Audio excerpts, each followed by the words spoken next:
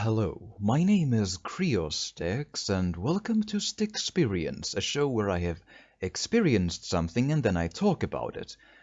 And I have just seen through the magic of the interwebs the E3 2017 Microsoft press conference, and I wanted to talk about it a little, giving my opinions on that, what worked, what didn't, give feedback of, good and bad things, and what I'm going to do here is I'm going to once again go pretty much point by point through what happened at first, and then in the end I'll summarize a bit and, give some thoughts on what worked and what didn't and all that stuff. Also, I will be critiquing the thing in between my moments as well here.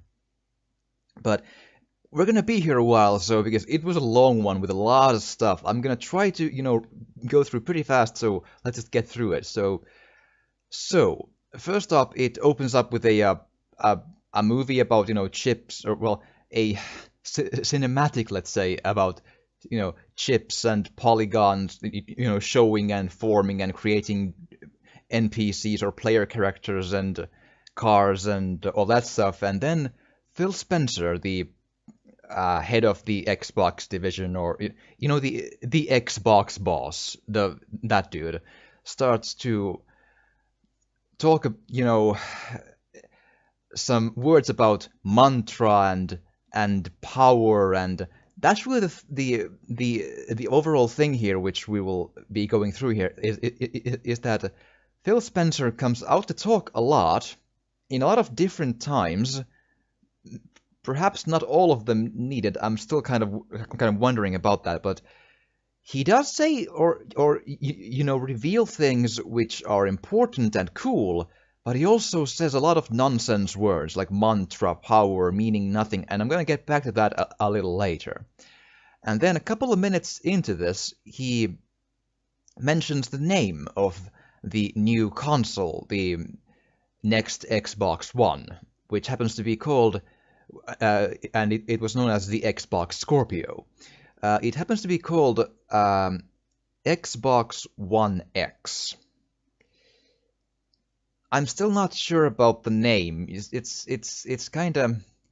I guess I understand the notion of having to have the word one in there to drive home to even the more casual fans that this is indeed a console that runs Xbox One games. I guess they couldn't really run away from calling it Xbox One something. I guess that's true.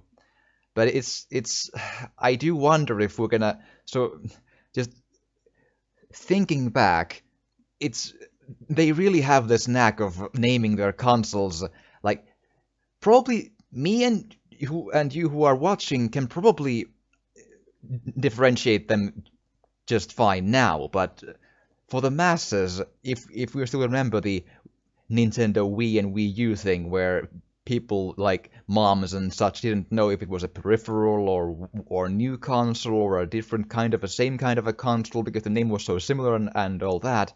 So imagine, so we first had the Xbox, just the original, and then we go a couple of generations further, and I know for a fact that there are people, even journalists, and I am 100% sure I once heard Michael Pachter, that Webbush Morgan analyst dude who used to be in a lot of, I think he's still in YouTube somewhere, but anyway, he used to call the original Xbox One on record before this Xbox One thing happened. So after this, they create the Xbox One, and then the Xbox One S and Xbox One X, which S and X really, they might sound a bit too similar to I don't know.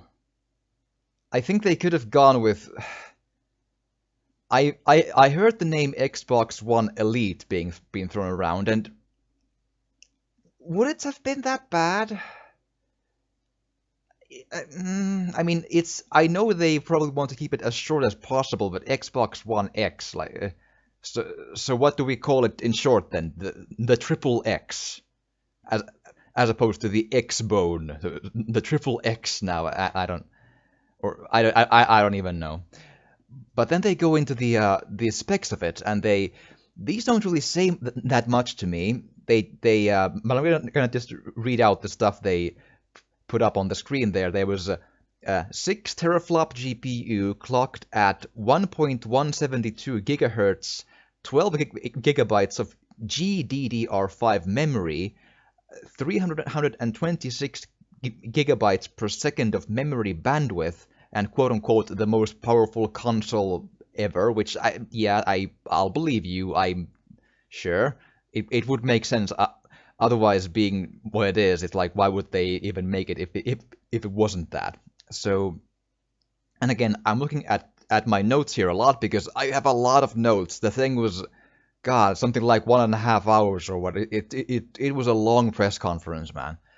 Okay, and then they mentioned that it has true 4K, which is I really am kind of frustrated that we have to have this phrase of true 4K. So we have all of these false 4Ks rolling around where there's like checkerboard technology in this place and like upresing an HD thing into 4K but not actually being 4K, and so true 4K, fine, sure, but I hate it that we need to have a true 4K as opposed to the other false 4K things. It's really annoying that these things always you need to have. It's the HD ready and full HD thing all over again, like in TVs. Like, can't we just be honest and say like HD is HD and 4K is 4K, and not have these whatever in between things? But yeah, and it has HDR, something called wide color gamut, and it plays 4K UHD Blu-rays, obviously. So that sounds good. That the specs don't speak that much to me. I don't really. I'm not a tech nerd in that sense. I just sounds powerful. Sure. I mean, teraflop means nothing to me. It's like whatever. And then they keep on talking about this console here, but then they go into the buzzwords of the console in a way. They start talking about billions of transistors and what are the measurements of the chip inside.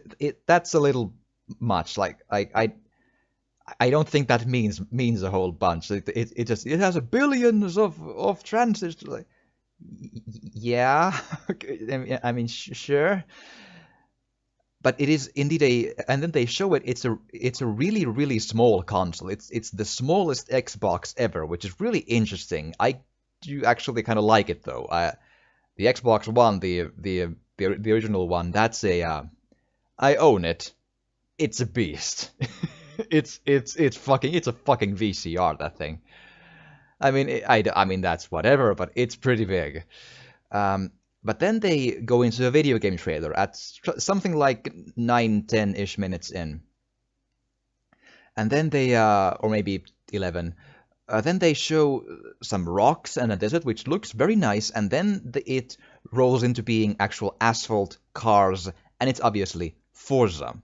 And it looks awesome, it looks great, it looks super good, it looks like the best racing game I've ever seen, pretty much, but that's really goes to say it should be, because the only real like graphical powerhouse game that should even come close is probably like the next Gran Turismo. So it's supposed to be the benchmark game, I think, in that sense. And then they showed. I saw among the basic cars a couple of racing trucks, like an actual like the front part of a semi, just without the actual like cargo containers. So something new, sure. I know they do, or at least I've seen people drive those things in TV and such, like as a kid. So fine, I'm willing to give that a go. Sounds cool, and I am a racing guy, so these things speak to me. So I'm the audience for this stuff, I suppose, and then they start talking about the game on stage. This dude comes out and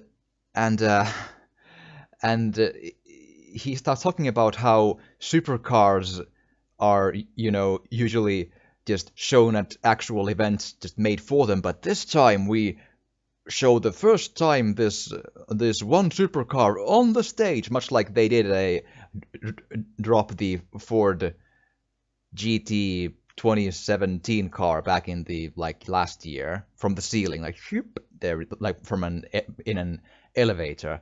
And this time they had it on the stage. They turned a wall and it showed the 2018, looking at the notes here, 2018 Porsche 911 GT2 RS.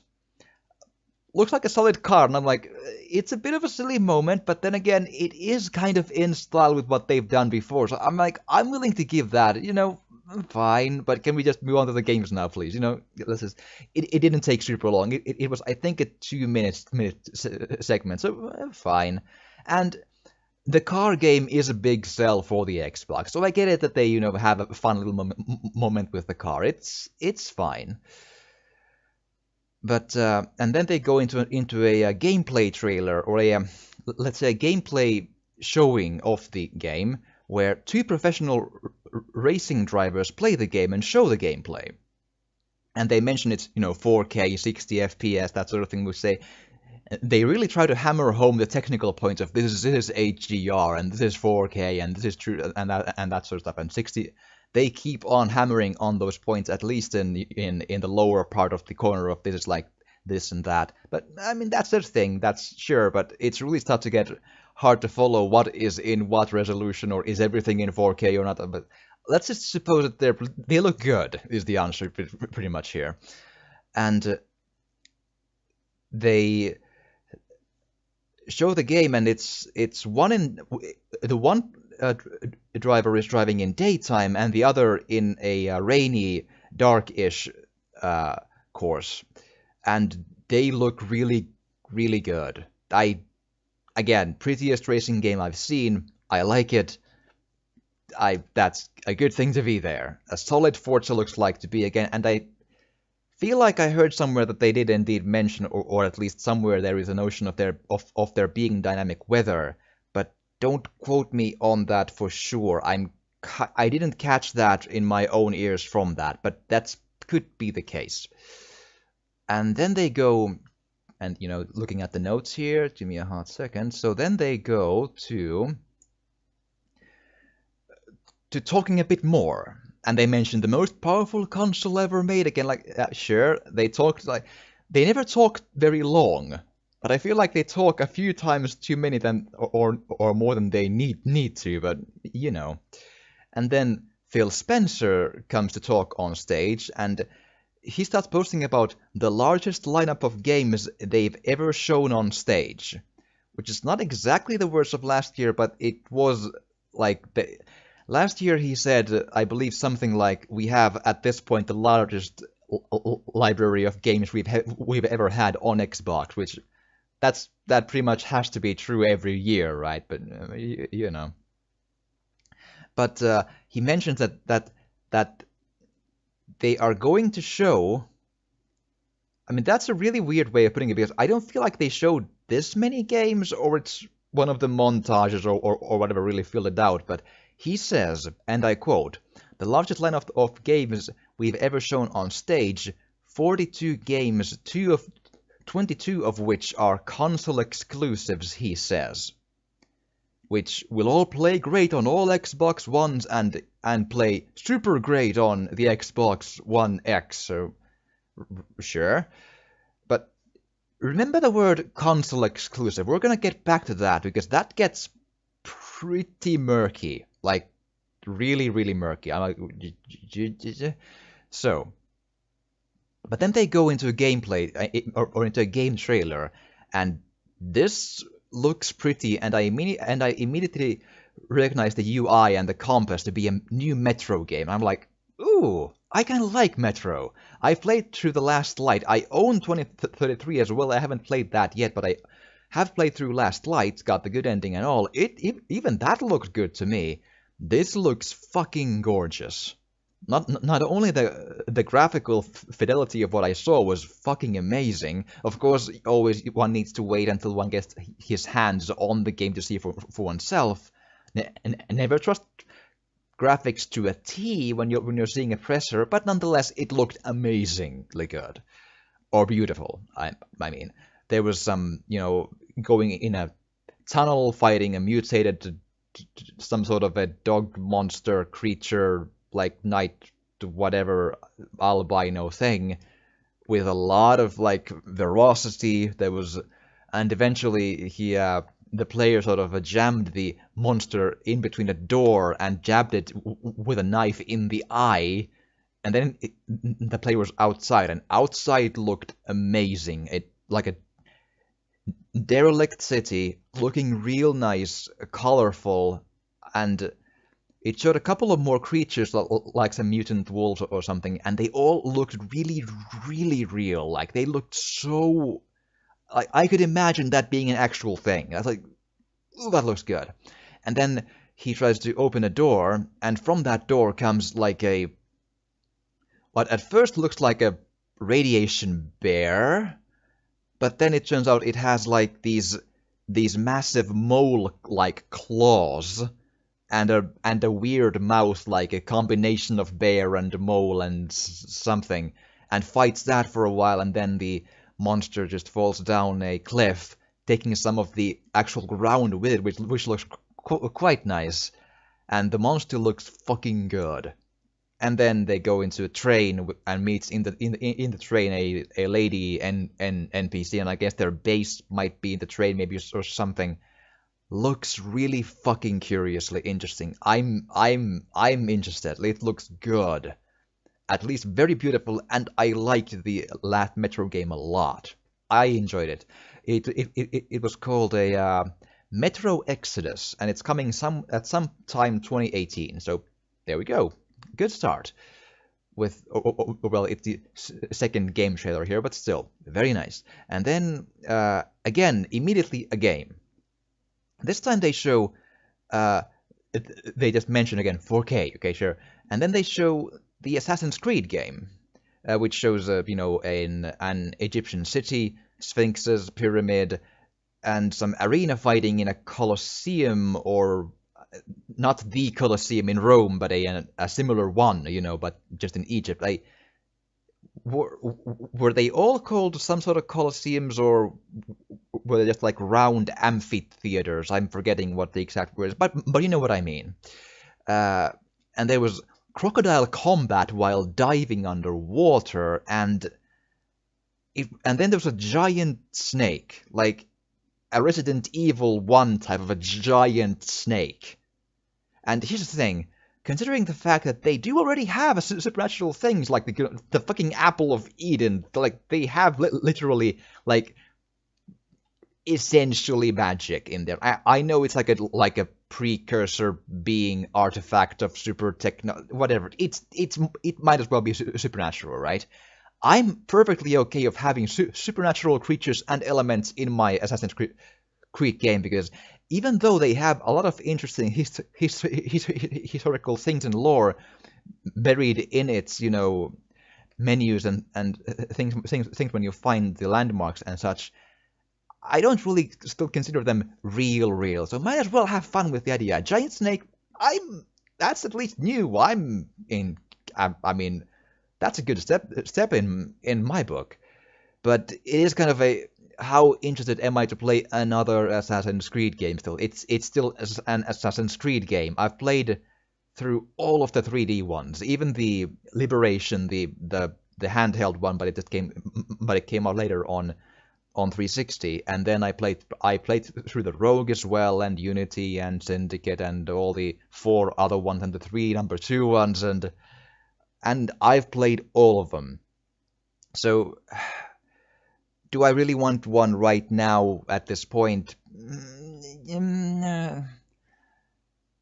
Maybe after a sale or something I might be curious, but essentially it's kind of like, I don't know, maybe, we'll see. And then someone comes out and talks about the Assassin's Creed game, and it's called Assassin's Creed Origins. I don't know if the name was already out, maybe, but Origins. It's like, I'm not sure if Origins is the way you wanna. It's not the name I'd call it for one. So it's like, whatever. Origin. It's so do something else. Assassin's Creed, the the storm of fucking Eagle Sands, anything else.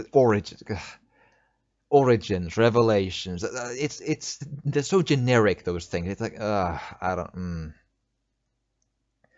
But then we go to showing the gameplay of it, and it has a couple of new things like a jumping and arrow and bow kill, and you can use your eagle. You have an eagle friend, which you can use to be a pretty much a drone.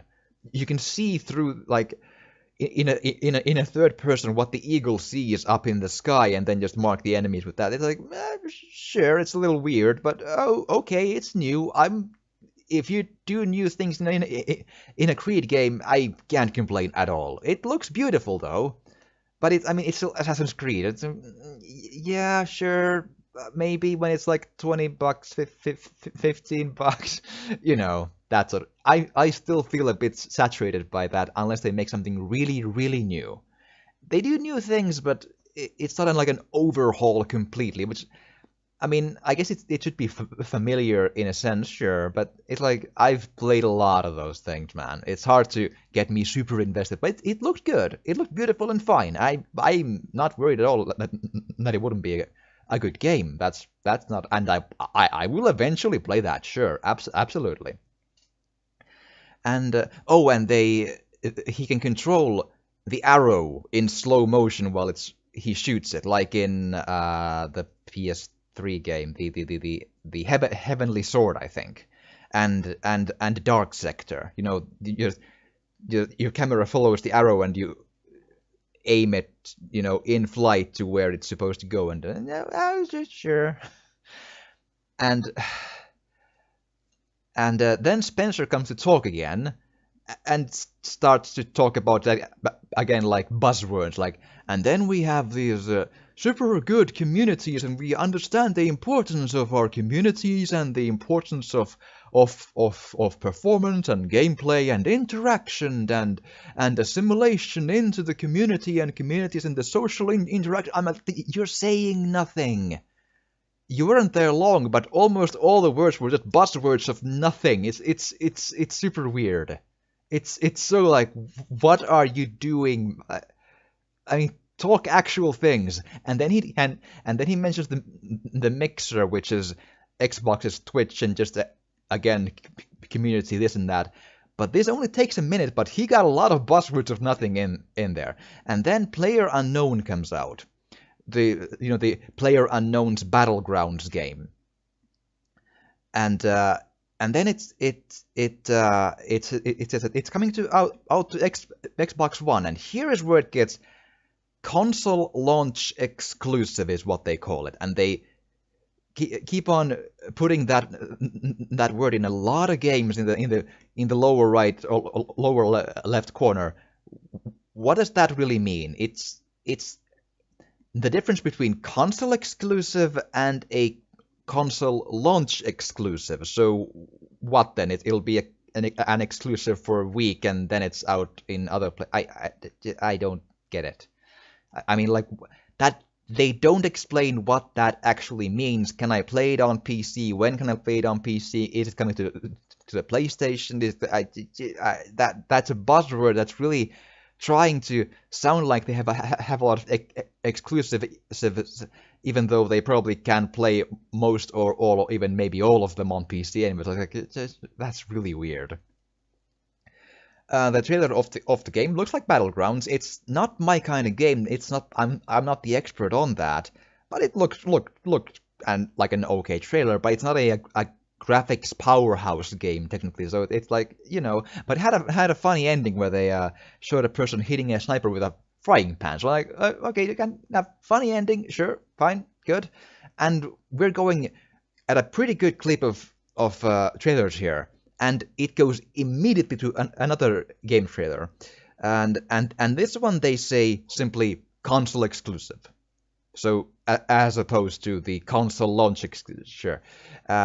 So, something called Deep Rock Galactic, which is about space dwarves mining and fighting like glow spiders or something a bit like a simplistic-ish look, like not a cartoonish like that sort of 3D polygons, but not super duper duper detailed. That's like bright colors and all that.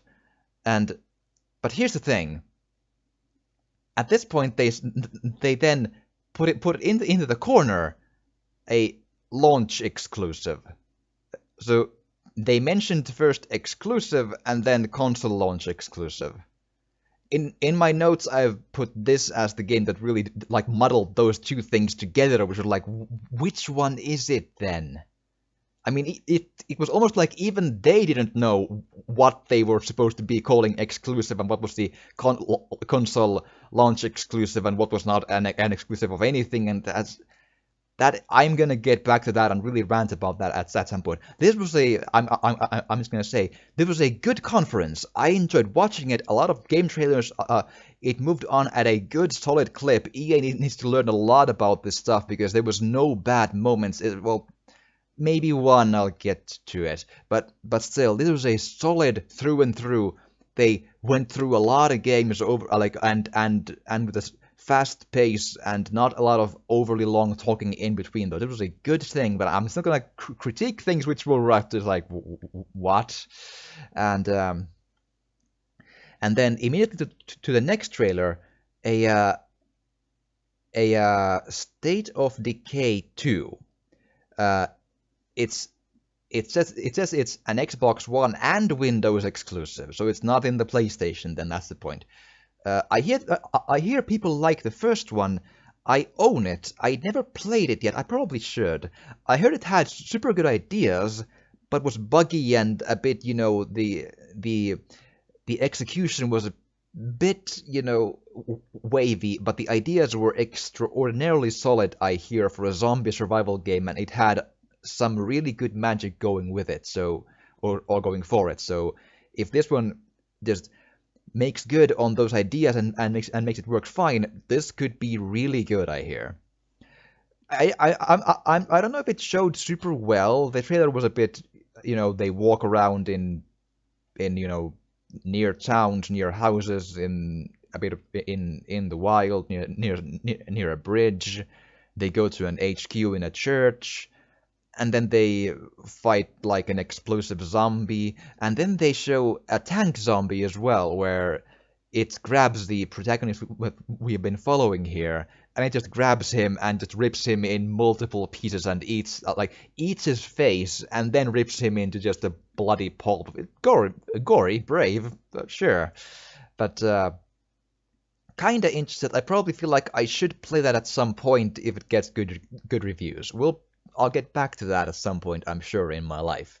And then we say again in a trailer, they say exclusive, at least in the voice, probably even in the text. At least once it, in my opinion, happened where in the text says console exclusive, and then later in the same trailer they say console launch exclusive instead. So it's like you're really muddling the waters even for yourself there. It's really weird. But yeah, so it was this one then was in a cartoony cel-shaded game in snow, and then they cut into a shoutcaster in the stage yelling at the game, just standing there up high and just yelling at the events in this game that looks something like a Battleborn thing, like a third-person Overwatch, whatever, shooter Dota hero shooter thing, and I'm like, okay. So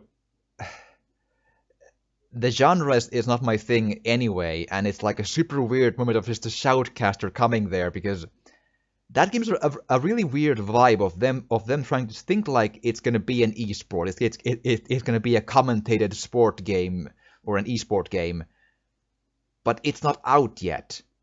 Things become esports when people play them and enjoy them so much that they become that. That's the point. You can't really dictate what will become an esport. If you're Blizzard, you're probably pretty solid on getting an esport game going, but still, you can't be um, arrogant enough to dictate what will be an esport, what game. I mean, the people will say what is and what isn't, not the game makers. Like that's just how it is.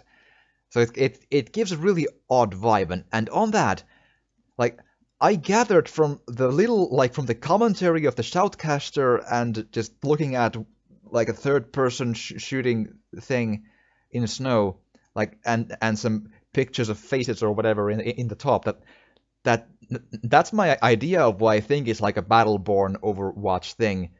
But they didn't explain anything else about that. They showed it.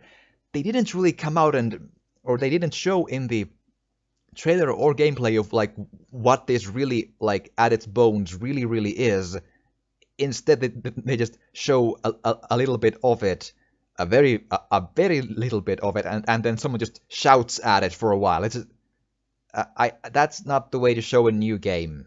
I guess you're trying to find maybe a funny moment, but it really felt that's the bad like moment of this. That like miss and go again. But there was a lot of good here in the conference itself, though. So, and then we go into a Minecraft thing, which shows stuff built like games consoles and a lot of skins and that sort of stuff in the Minecraft world. I'm like, sure. And then a lady comes to the stage to talk about Minecraft, and they mentioned that it'll now be a cross-play thing to play together with. I hope I got all of these. So it's like a mobile, VR, Windows 10, and consoles can all play together. Not sure if every console, but like probably at least Xbox One and its family of consoles. So well, that's sort of stuff. Like, oh, okay, sure, Minecraft is cool, but I mean, I own it. If I want to play Minecraft, I'll play Minecraft, and I don't really usually play with random people. It's but sure, it's a big game. Fine, that's. But then they also show. I'm gonna just look at the. There was a fall 2017 4K update, which is something which has something called the Super Duper Graphics Pack. With that, the game looks like it's still a Minecraft. It's still Minecraft, but it has some really good looking lighting and shadows. That actually looks super nice. Who knew? I'm like, oh, that actually looks really good from. Like the lighting was really nice. Like like looking at a sunset and just letting it like bathe the world in it. I'm like, that actually looks kind of nice. And that's the thing. A really great many things looked really good and really graphically sound and sharp in this conference. That's the takeaway here, especially. And then Spencer comes out again, and he just talks some buzzwords again about just and then pre-ordering and your pre-order is a good thing and yeah, and community and the buzzword of the algorithms and the simulations and the experience, and it's might not be all of those exact words, but it's all that sort of stuff. It's all that sort of nothing. Like sure. And then they show a new game trailer. Like great, and this one is Dragon Ball Fighter Z, so a Dragon Ball Fighter game, early 2018. Not my thing, but I mean it gives diversity. I'm sure it's good that it's there, and it showed some special moves and action and fighting. I'm like, sure. I mean, not my cup of tea, a fighting game which usually isn't really, and like I've never consumed any Dragon Ball Z in my life. It's just I missed that train completely. That didn't happen in my childhood. That didn't reach me, I suppose. But yeah. And then they go into another console launch exclusive. So whatever that again means. early 2018, a fantasy third-person action-adventure MMO. Looks pretty. I like the style of it. The characters look a bit Japanese, while the world and the NPCs look a bit more maybe Western RPG. It's an interesting mix of styles there to me. Called Black Desert. MMOs I really don't usually play. I haven't played an MMO since almost ever. I never even got into WoW even for a second. So, yeah, but I mean, looks good, looks pretty, but we'll see what that comes to. But sure, you have a game again, and then another trailer immediately. We're going to a lot of trailers like back to back, which is really good. That's like show game, show game, show game. That's a good strategy to go for. They seem to have learned a lot from their past, years of doing this stuff. So next, and again, I need to just look at my notes because holy crap, there's a lot of that. So again, a console launch exclusive, a pixel art game with super duper good lighting, much like the Minecraft thing. Like imagine a pretty like a little bit smaller pixels than in like Thimbleweed Park or Monkey Island, like a quarter of that maybe in pixel size. So it's a bit more graphically diverse, let's say. And then it has the super duper duper lighting of the Minecraft pack. Like it looked really good. Like I don't think I've ever seen that, to have a pixel game like that and then have just incredibly good lighting and shadows, overlapping. But it looked nice. It looked like a noir-looking thing, shiny, stylish, or like a not maybe shiny, but a neon lights. I mean, and noir-ish. I think the name was maybe The Last Stand. I looked down for a second to write it down, and then was like maybe it was. I believe it was called The Last Stand, but beyond that, really they didn't show anything else. It was a 2D-ish thing, but that's really it. And maybe it reminded maybe a little bit of maybe Flashback, the old SNES and that sort of era game, but but looked much better, obviously. And again, a console launch exclusive. Again, like back-to-back trailer here. A cartoony 2D game that looks like a 3D game with a loose limbs like I don't know, a jointy looking guy that plays guitar and flies on some sort of creature, and there's a lot of colors, and it was like really trippy, like what you've been smoking, and it was called The Artful Escape, like, and that's it. I'm sure. Well, you have a game. Great. And then we go into another trailer of this is what is called the Code Vein game, which is a stylish-looking Japanese third-person action slasher. A lot of pointy-looking armors, shiny, stylish, like I said. While the style is maybe a little bit over the top in what the armors look like, I still kind of like it. I don't recall seeing a lot of games that look exactly like that on the console. So I'm like, yeah, sure, that's enriching the library nicely. But that wasn't. I at least didn't write it down as being called exclusive, but it's. Those buzzwords were rolling everywhere, and that gets mixed up and what is and what isn't. So I don't know for sure, but Code Vein nonetheless, at least on the console, if nothing else, and 2018 at some point. And then Spencer comes there and starts talking about looking at beyond borders to find artistic creators, and it's really fun to go and find them. Sure. And then they showed the Sea of Thieves again, the Rare game which they showed last year, and there's a pretty long one. It took I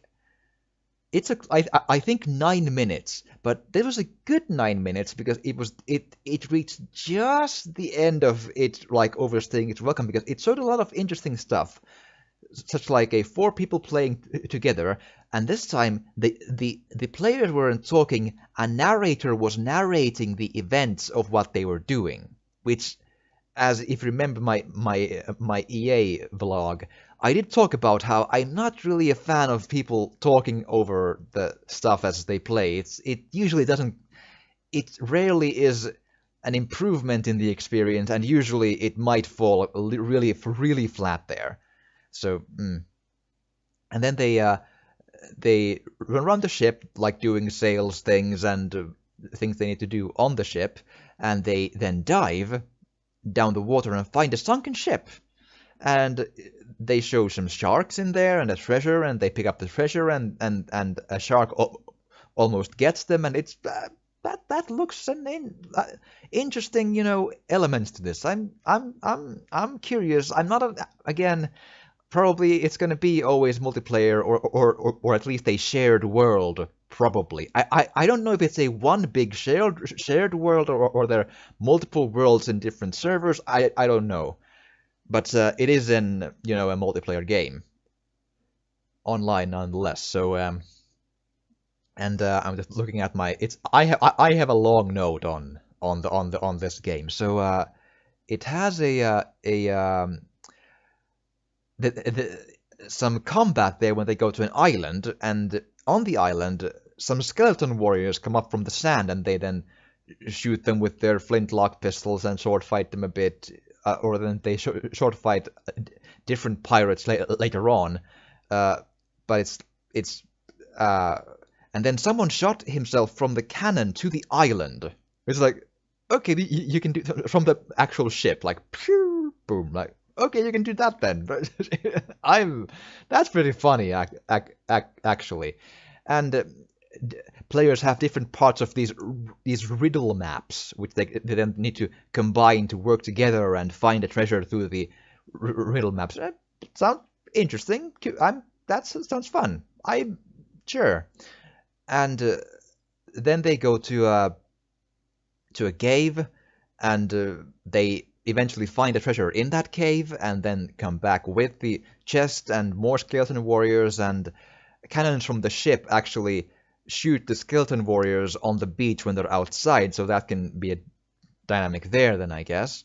And it's an Xbox One and Windows 10 exclusive, as probably we've heard before in like last year. And then they go into ship combat between two ships, and like high waves and like really big like elevation changes. It looks cool. The style is semi-simplistic, not like a realistic one, but that looked nice. I really like that. The dynamic of having the different elevations of yeah, that is super. I think Assassin's Creed Black Flag did something like that too, but still, that feels like a really like a a next gen game sort of thing to me, like the wave thing and having the different like elevations of the ship there. It's really nice. And then the player shoots himself with a cannon to the opposing ship, which, well, that's a strategy right there, and fights the pirates there. And then after that, he tries to jump back from the nose of the ship to his own ship. Just doesn't quite reach it. Goes into the water. The ship leaves, and he gets eaten by a shark. The end. It's a pretty long trailer of gameplay and stuff, but it showed a lot of important and interesting and even funny elements about the game with a pretty even clip there, and that's one of their top games, and it was incredibly interesting to watch for me. So it didn't feel too long. It was 9 minutes, but it didn't feel too long. And then they go again to a different trailer of console launch exclusive called Tacoma August 2, which was like a space station with like static images of people who are colorful, and that's really it. I'm like, oh, sure, okay then, whatever. And then we go into a 3D cartoon platformer, which looks fun, much like a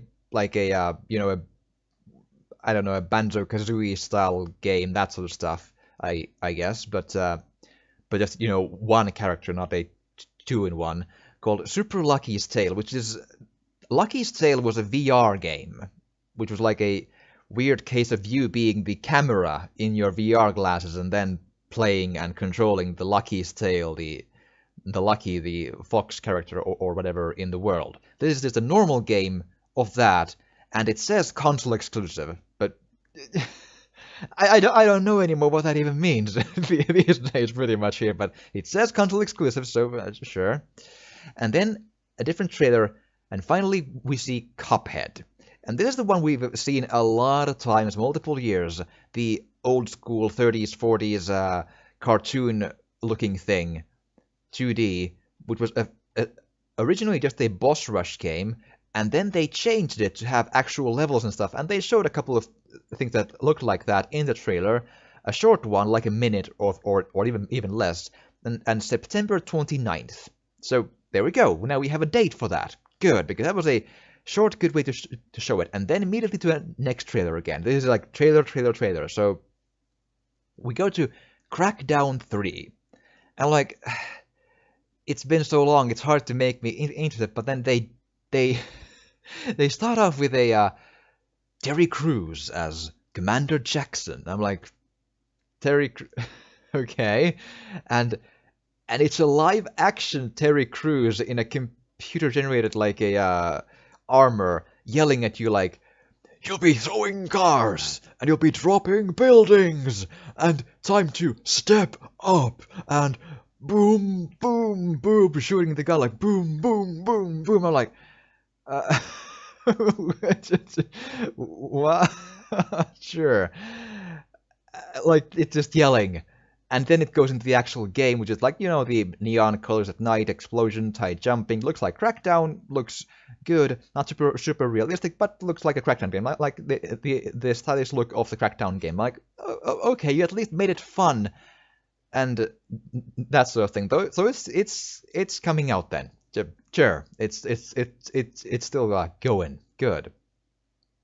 And then to the next trailer, which is oh wait, and then we go into a montage of a lot of games. So this is an interesting thing. So it's a they pretty much show like 3 or 4 seconds of a game of a montage. It's like showing stuff that they either are just have come out or are just coming out or are just some that I just put the names together, but I really didn't have a lot of time to like. There was like 3 seconds of game that I don't have a lot to pull from that. They had at least a Montad Osiris, New Dawn, Raiders of the Broken Planet, Unruly Heroes, Path of Exile, Battle Right, Surviving Mars, Fable Fortune, Observer, Robocraft Drunklords, Minion Masters, Forced to Duel, Brawl Out, Ooblets, Dark and Light, Strange Brigade, Riverbond, Hello Neighbor, Shift, and Conan Exiles. I might have missed one or something, but that's pretty much it. And the one thing that really just like jumped to me, like Fable Fortune. It looked like a tabletop thing, but it was really like 3 seconds. You can't really diverge a lot of like information from that. But sure, but that's like they just wanted to show that we have all these games. Like sure, so maybe that comes down to the 42 somehow in the end. I don't know, but then Phil Spencer comes out and talks about creative artists, that the ID at Xbox thing is a really, really important big thing, and I'm sure it is. And it has gotten out 500 games so far with the ID at Xbox. I'm like, sure, you like your numbers, but I mean, it's a lot of games, sure, but that's okay. And then again, exclusive game trailers. Is it? I don't know. So it's a simplistic 3D style again, kind of like, it looks like the Brothers, The Tale of Two Sons graphic style, but a bit like bigger, with some lanterns and the combat and the big gray boss of a dude and some tentacles, I don't know, called Ashen. There's two protagonists opening doors and going in places and adventuring and combat. Like, okay. We'll see what that is later, I guess, sometime.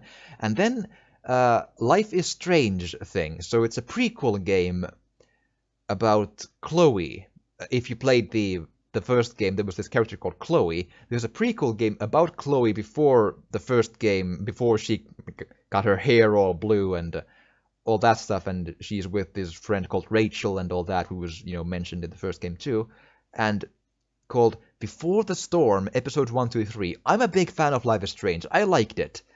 I know not everyone did, but I enjoyed it a lot. So I'm really interested, but it's not an exclusive. They just had the opportunity to show that game. We're like, sure, well, there you are then. And then we have a 7-minute thing of a Shadow of War, the Middle Earth game. It's a bit long, but it does bring out a couple of important things. First off, a recruiting orc lords or these orc, leaders to be a part of your army.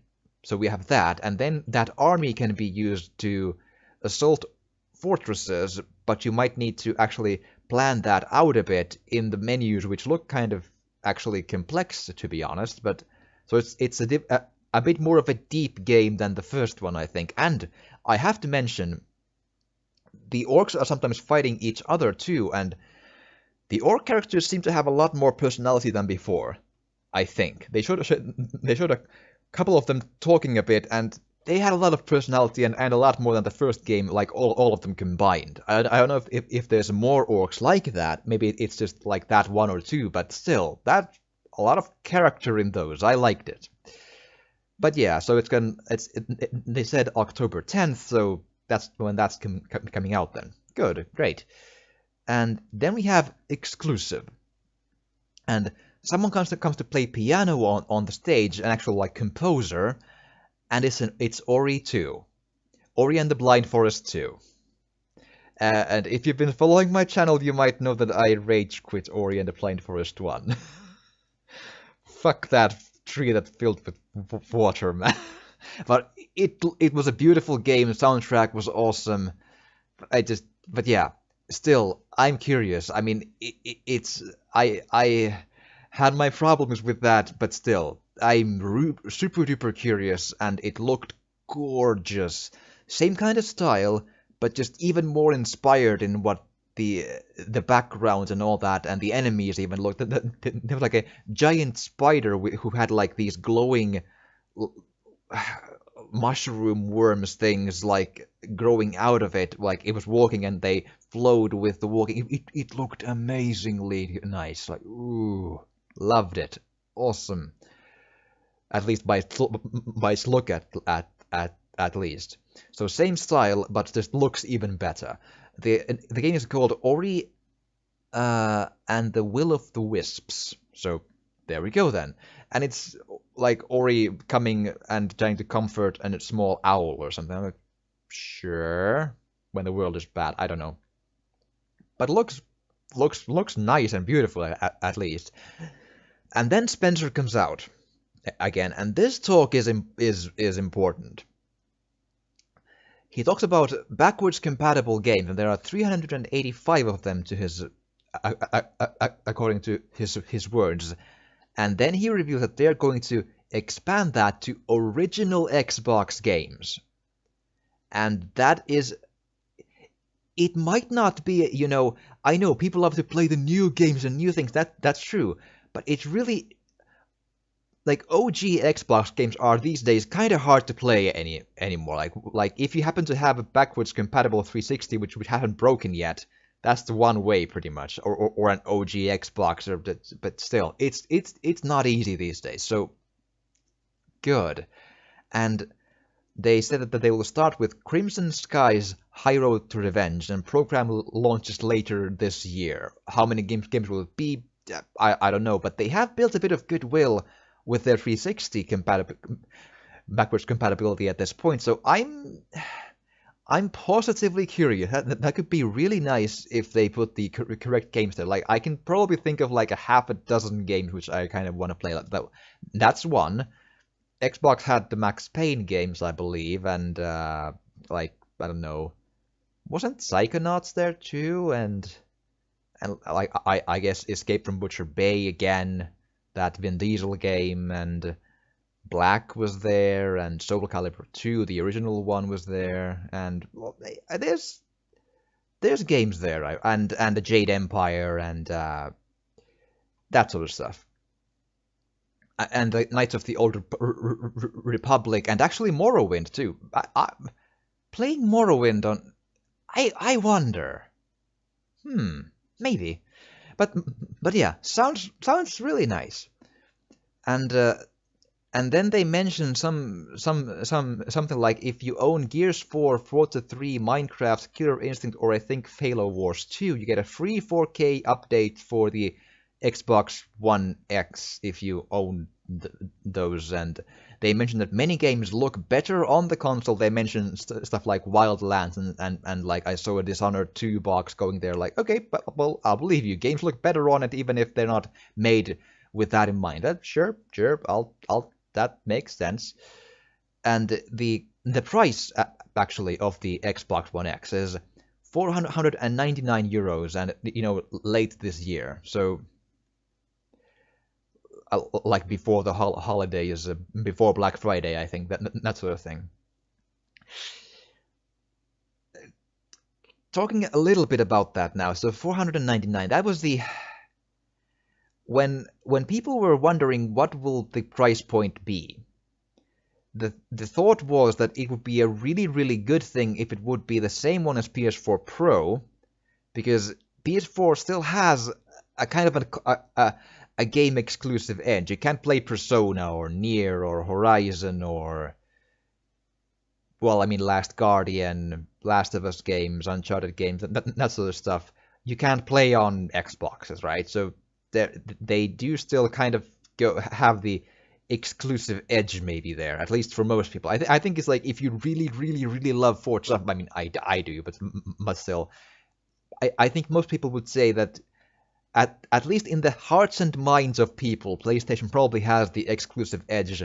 Ergo, if the PlayStation is cheaper, then it's kind of a hard sell maybe to make, and I don't 500 euros, man. That's a lot for a console, even if it's like the most powerful one.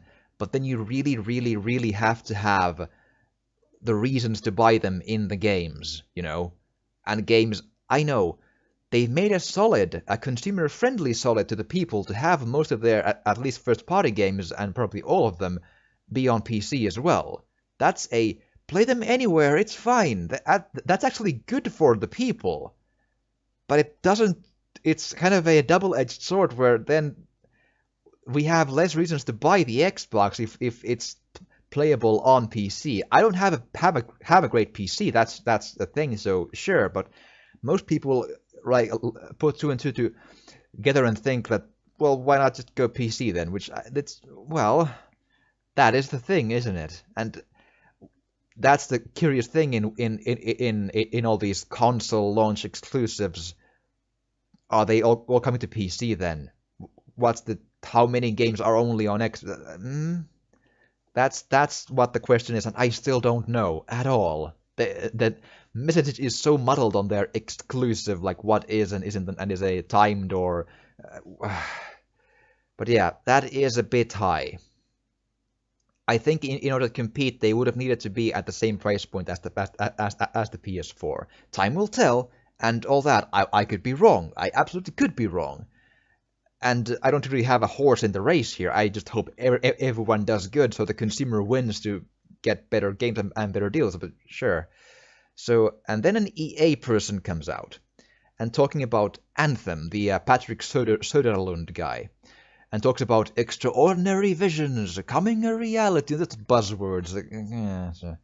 And then the Anthem is actually showed. So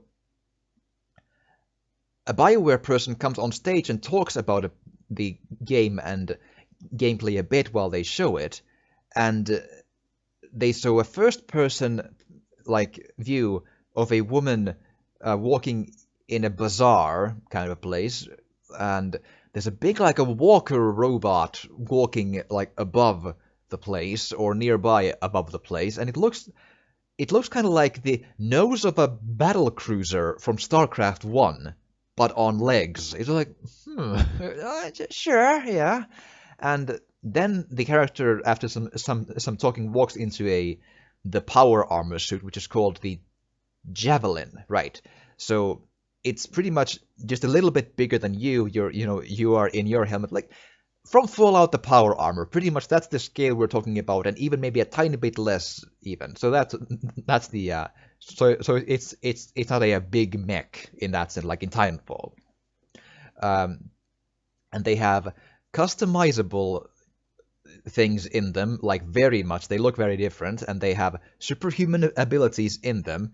It looks pretty, the game, though. They go outside, and then the game goes into third-person view when she is in the exosuit or whatever, the power armor, the javelin, and immediately she starts flying around in a jetpack, going around the areas pretty freely and like flying a long time, not just a jump or something, flying a lot around places. Everything it's mostly like a forest jungle thing place. Looks fucking beautiful. That colorful, lush. I want to explore that. I mean, it is a Destiny like I think a 4-player group thing, or at least a maximum of 4 group, I think. So it's a multiplayer game in that sense. So again, multiplayer, sure. But anyway, it looks beautiful though.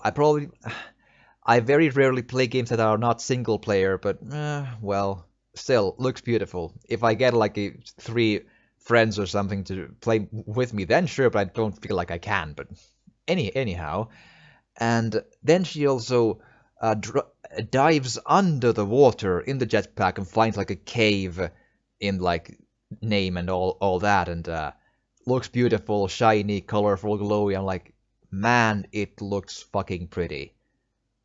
And just ooh, and then it starts like there's a wind, and it looks super nice with all this debris flowing in the wind and the ground reacting to the wind. It's a graphically fucking sound game. Looks good. So sharp, so beautiful. I really liked it. What I saw there. So I'm kind of, for a multiplayer game, I'm pretty okay with Anthem, and the combat looked like a pretty good version of the Mass Effect third person. Like maybe it's actually wrong to call it Mass Effect, really. Like, third person combat, if sure, and it looks fine. So great. And then it ends, and it ends in a montage of just games that we've just seen, and that's it. That's not a real goodbye from Spencer anymore. But then again, he did speak a couple of times where he really didn't need to. But okay, so that's the end, and then summarizing a bit here. So again, starting from the bad, I was hoping for the Scorpio to be cheaper than $4.99. I am worried it might not bridge the gap against Sony unless they really, like, over time get a really, really solid and compelling library of games which are only on that console. So, but here's the thing though. Technically speaking, all exclusive games are always bad for the consumer, right? Because then it's less choices for the people who don't happen to have that console, and they just can't like fart out the money to buy it from just then and there. I mean, the perfect world would be that people could play every game on every system, obviously, but that's the world we live in. Like that's what can you do, man? I guess, and it doesn't. I suppose there would be less competition if every game was on everything. So fine. But yeah, $4.99. That's probably a bit high. I'm skeptical if it will work. Then we'll see. And then the murky exclusive labels. What is a console launch exclusive? What is an exclusive? And oftentimes they call a game in words. They say exclusive, but it then says console launch exclusive. And I'm so certain that at least once it was either the Battlegrounds or the what was the other one that had the had the problem of which one is it. The I think the Battleborn type game was one of those that was might have been that, but still, at least in one case, I'm so sure they showed the graphic even just console exclusive or exclusive. Just that. And then later on during the trailer, there's console launch exclusive. So which one is it then? Well, you really made this like fast and loose and clever of just hiding what actually is on your console and not on something else. That's I wouldn't do that. And that's actually not just Xbox. I mean, Sony does that too. I think things like a Final Fantasy VII, the remake says, I believe it was play first on PlayStation. It's a lot of that there too. And come on, be outright fair. How does this work? Is it a year there? Is it that and PC? Is it that and is it free after half a year? What kind of exclusive are we talking in each case by case? It's so silly. As a consumer, you should have the right to just know where this game is and just be genuine about that. I don't like that at all. So let's see here, and then we have the issue of the the Battleborn like game, the shoutcaster person, like that's a lull moment, a missed moment of like the game looked kind of meh, and you have a shoutcaster like yelling at the game, and it's like yeah, I'm nah, why really? But that's really the only bad game that really kind of like came off as bad in my opinion in the entire thing. So worse things have happened. And it's really like you should just show the game instead of having a person yell at the game.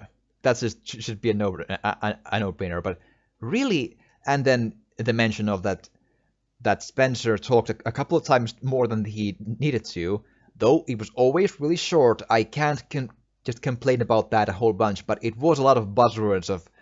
There was so many times there that for the 1.5 minutes or a minute, he just kept on saying stuff like, "At Xbox, we understand the importance of the community because it is important to have them as a compatible social link to have them use the power of the Xbox and the Xbox One X and the Xbox One family. And we as console makers understand that we need to make it compatible with our community of people who are the community who really like to assimilate themselves into the Xbox One experience." Like, that means you're saying nothing. You're saying utterly nothing. Like, really, just why even open your mouth if that's just what's coming out? God. It's so transparently saying nothing. It's like, whatever, man. I don't. Oh, man. But really, it was always short bursts, a minute, 2 minutes at most, I think. But still, so it was pretty silly. But the good, many games, and a lot of back-to-back trailers without anything said in between show the games. Good. And that's really the story of this conference to me. They showed a lot of games, even if not many of them really blew my socks off. I loved Metro. I loved looking at Sea of Thieves. A number of other games looked beautiful. Anthem looked really nice. And then the smaller games at least seemed interesting, and the Life is Strange part, like, oh, that's coming, great, I feel nice about this, yay! So it was really, almost all of them were positive, even if I didn't like jump out of my seat, and that means I was throughout entertained looking at interesting, good, and curious games, and most of them looked fucking beautiful too. So that's a huge chunk of solid. And that chunk of solid makes this, even with its faults, into a good press conference, a really good one even. And we'll get to grade and all that in just a little bit. But it's really a textbook book example of a solid presser through and through. There wasn't any terrible moments. The one poor Battleborn-like game, the Darwin Project or whatever, that was the one a bit of, but it wasn't long, and that was the only one it was like, no. And so that's pretty okay, man. That's actually a solid 1.5 hours of just game, talking a bit, game. They started off with the Xbox specs. They had to get that out. They had to just. It went pretty quickly. There's bullet points. They said this. It's the smallest Xbox ever, the most powerful thing ever, and then we, loved making it. It's powerful cell processors, no, not cell processors, cells of being billion transistors, and then in like, I feel like they were on the Xbox One X, the specs things, like maybe 5 or 6 minutes, maybe 7, but still not very much. And it was at the beginning quite nicely, and then let's go to Forza. So it went through pretty okay, and I didn't really mind the reveal of the Porsche thing, because sure. And if I didn't mention, they did say that they have the Porsche cars in the game immediately. So it's like they figured out the Porsche deal of having just the cars in the game from the get-go, like for the next I think they said 6 years, but don't quote me on that. And that's really the thing. Pretty much all other game trailers, with the exception of the Darwin Project, were good, great, interesting, that sort of stuff, or at least positive. And that's a lot of good things back to back, and that is what really brings this to a good, solid level, where EA is here, and there's like a couple of really solid, great, even 3 solid great steps above that. It's really nice. It's not at the level of the best that Sony has done in the past few years. Like last year, Sony was really nice, like with a lot of emotionally high, surprising whoa moments, like Resident Evil 1 and then there was the Kojima with the Death Stranding trailer and all that. There wasn't moments of that sort of high, but it was all the time almost just these good, solid moments, one dip in the Darwin thing, and then just good, solid moments, and looking beautiful all around. So, yeah, I liked what I was seeing. I was entertained and interested throughout the whole thing, and was really just type down name, game, type down name, game. It was... I had to like be fast to take notes to get things down. It was really it felt so quick, which is good. They stayed a bit long on the Middle Earth game, but still, even that is still a new game. I haven't seen a bunch of that actually yet because, well, reasons. And they did show new mechanics at least, but then still maybe a couple of minutes less there, but nonetheless didn't drag like a fucking 20-minute Battlefront match. Ugh.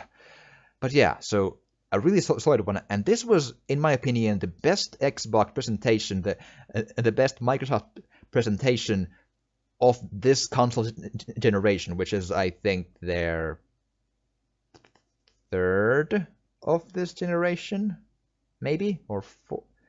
Anyway, the best of those, and better than the last few of the 360 eras as well, at least 2 or 3 of them. So it's like it really is the best of Microsoft's conferences in years. Last year was pretty good too, but this is better. Like, well okay last year, let's say. And that's where I come to the grade here. I was really wondering about this. So it's not a 9. I'm not gonna go that high. It wasn't that great, but it was a good conference, like a really good one even. And they seem to have constantly they've learned, and they seem to constantly be a bit more in touch with the audience and what they want and what works and what, brings positive reactions. So and the backwards compatibility with the OG things, that's a big, thumbs up to, hardcore old school fans especially. So it's like an 8 something, I feel. I think it goes into the kind of high 8s, but what indeed keeps it away from being 9 or more is I was I was I was really disappointed in the price of the Xbox Scorpio, the Xbox One X. That I was disappointed in. I realized they would have taken a loss in the value probably if they would have gone lower, but it's not it's hard to make that price competitive, at least unless they reduce the price later on. So there is that, and that is a big chunk of why. And also the muddled exclusivity thing of what is exclusive, what is console exclusive, console launch exclusive, exclusive on console and Windows 10. It's just a muddled swamp mess of some of them are somehow exclusive to something, at least maybe for a while, but we don't really know, is the answer. That's a chunk, again, away from... So those two alone really are the main reason why it's not a 9. That's really the thing there. That puts it away from a 9. And also, there wasn't that big jumping out of your seat like, whoa, video game reveal. That wasn't there, even though everything was then still positive, good, and even in cases great. Like, again, Metro, Anthem, that sort of stuff, and the Sea of Thieves.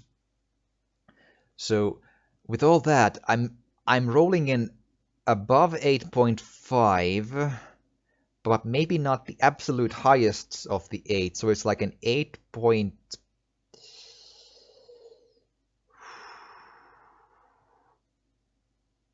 I think I'm gonna go 8.7.